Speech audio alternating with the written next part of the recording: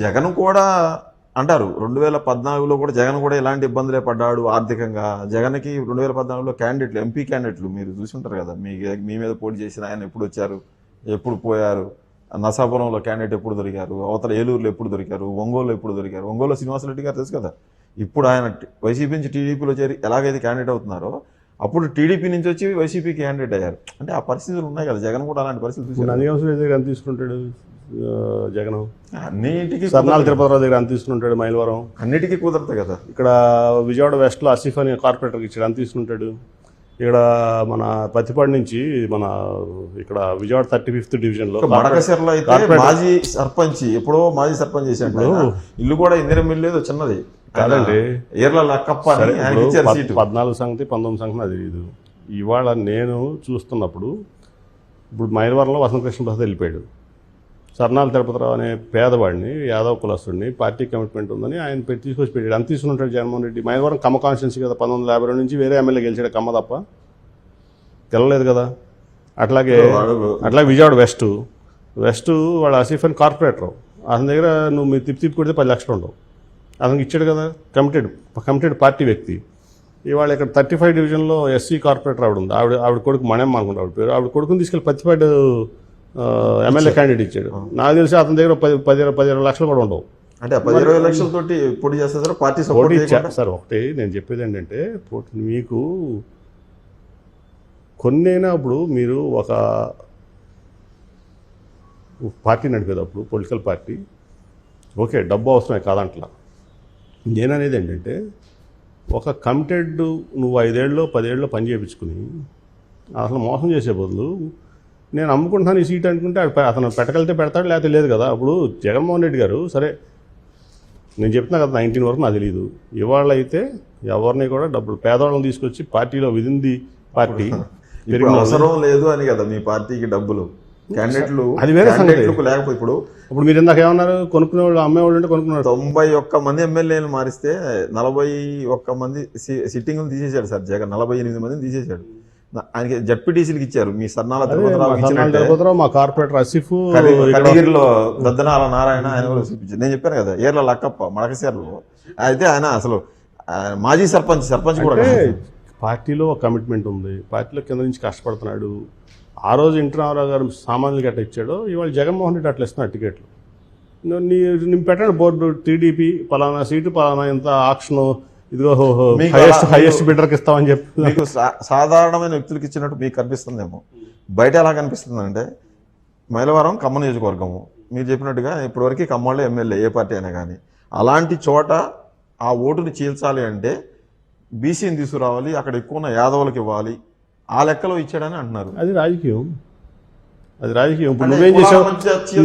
నువ్వు చేయొచ్చు కదా. ఇప్పుడు నువ్వు నిన్నటిదాకా నువ్వేమన్నావు, వసంతకృష్ణ ప్రసాద్ని, నీ టీడీపీ కానీ నువ్వు కానీ అతను మైలవరం వీరప్పను అడవులన్నీ కొట్టేస్తున్నాడు, టేకులు గంధం చెట్లు కొట్టేస్తాడు అన్నావు, బూడిది తవ్వుకుంటున్నాడు అన్నావు, ఇసుక తవ్వుకుంటున్నాడు అన్నావు, మట్టి తవ్వుకుంటున్నాడు అన్నావు, అన్నీ చేసేసుకుంటున్నాడు, 500 కోట్లు సంపాదించాడని తెలుగుదేశం విమర్శించింది.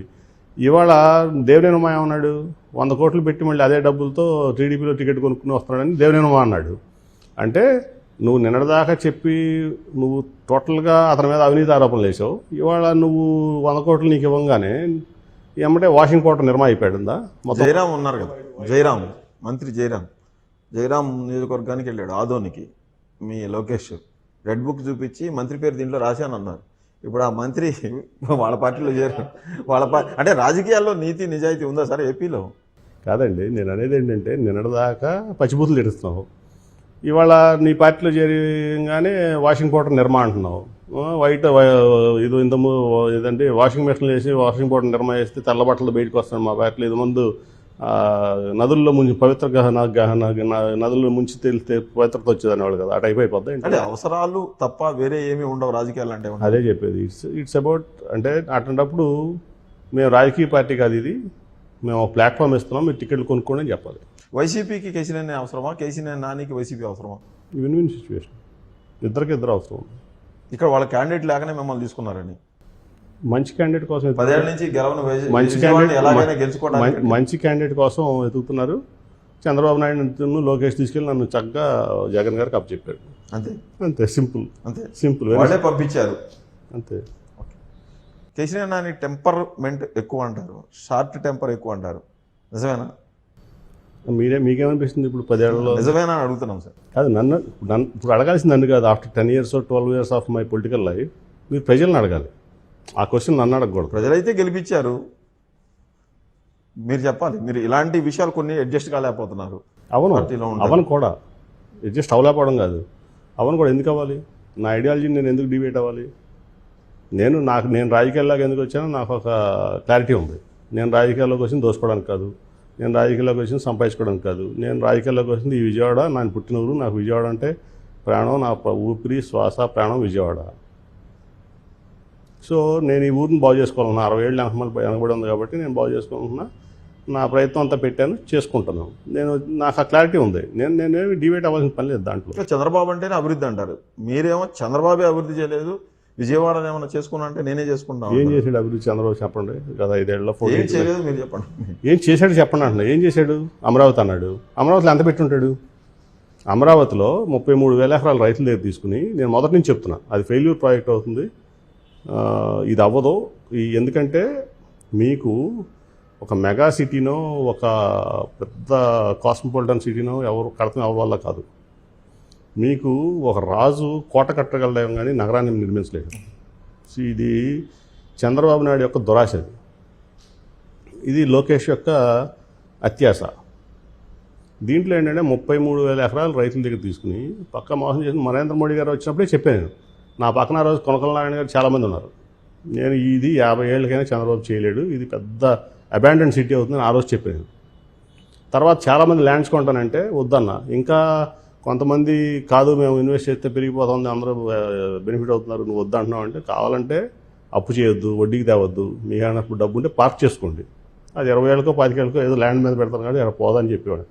ఎందుకంటే తెలుసు నాకు, ఎందుకంటే ఢిల్లీ దాటి, ఎన్సీఆర్ దాటి, అహ్మదాబాద్ దాటి, బాంబే దాటి, పూణే దాటి, హైదరాబాద్ దాటి, చెన్నై, బెంగళూరు దాటి, కలకత్తా దాటి అమరావతి ఎందుకు వస్తారండి? ప్లస్ ఇక్కడ ఏంటి కల్చర్, ఈ ప్రాంత కల్చర్ ఏంటంటే అగ్రికల్చర్.